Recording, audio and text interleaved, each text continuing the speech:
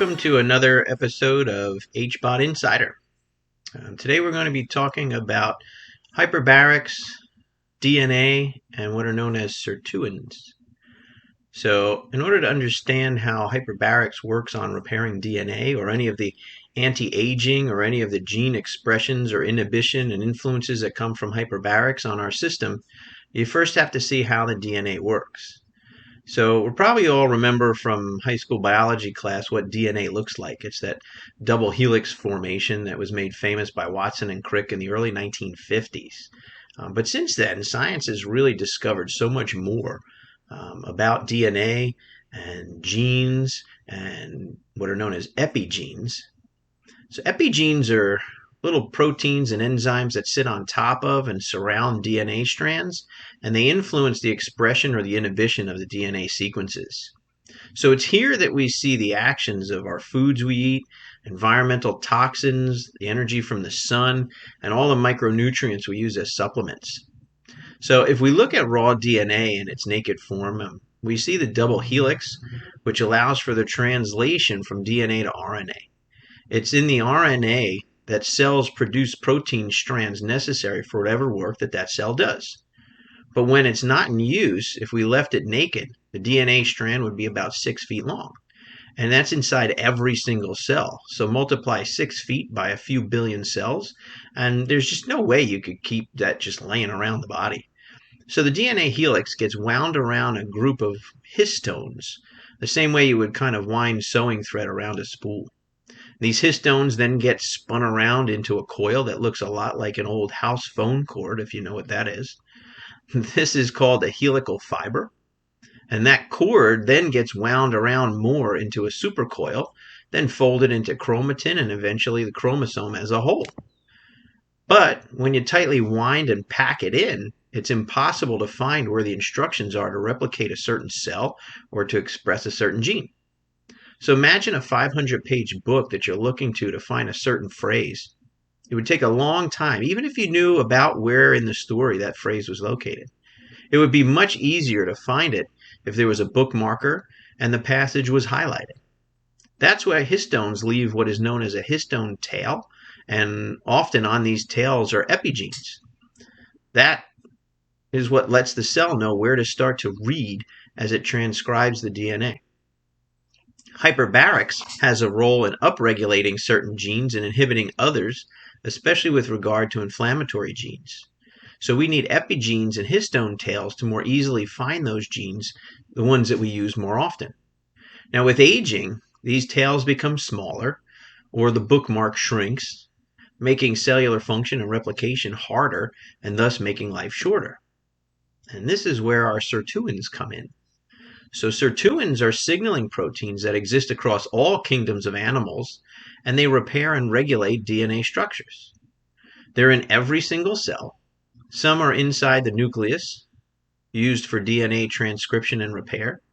Some are inside the mitochondria, for mitochondrial DNA transcription and repair, and also energy production with NAD. And some of them are kind of everywhere and can move in and out of other areas. So these have been implicated in cellular processes like aging, RNA and DNA transcription, apoptosis, inflammation, energy efficiency and production, and stress resistance. They do their job by repairing DNA and RNA strands as they get damaged through environmental toxins, injuries that we have, even foods that we eat. This causes organ wear and tear. It's the cell's job to recognize that wear and tear and decide to senesce, or die off and replace itself with a new cell. But if the DNA is damaged, the cell has difficulty reading the replication sequence. Sometimes that damage happens with replication errors. Imagine a bricklayer who's doing a great job of making nice, perfect edge bricks. They stack up nice, they're all the same, but over time, the mold that the bricklayer is using gets caked on with old brick material. The tools they use get rusty, so the materials you use are less pure and the mixture is off. Well, then your bricks start to come out not so perfect. That means you can't stack them as well. That means that your wall is not so sturdy and straight anymore. So if the new cells are being created not so perfect, then the organ is made of subpar cells, and that organ becomes dysfunctional, and slowly the organ fails. So now we see the need to keep sirtuins strong and plentiful to maintain cellular DNA and RNA and regulate our replication and energy processes so we can ensure that our healthy organs last our lifetime. That's where hyperbarics comes in. So think of sirtuins as lifeguards. They're there to protect and ensure the safety of your DNA. They're always on the watch, and they're always hanging out, looking around. At some point, they'll recognize that the DNA has gotten damaged. They'll leave their lifeguard tower, they'll run over to the damaged section, they'll repair it, and they'll go back to their lifeguard stand. But sometimes, those sirtuins don't always go back to where they came from, which would leave some of their lifeguarded beaches unwatched. We consider this aging, because when that beach is unwatched, some things may go bad.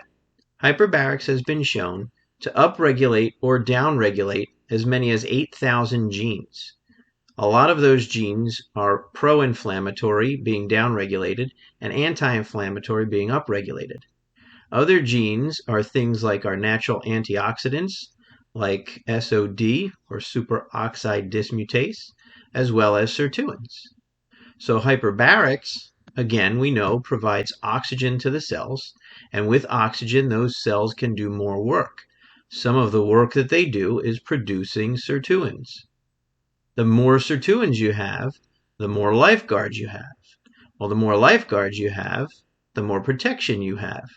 If the sirtuin doesn't go back to where it came from, more lifeguards will cover its place.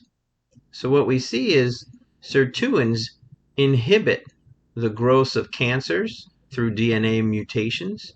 We see sirtuins inhibit metabolic dysfunction by keeping the mitochondrial DNA intact. And in doing so, we see sirtuins help extend our life.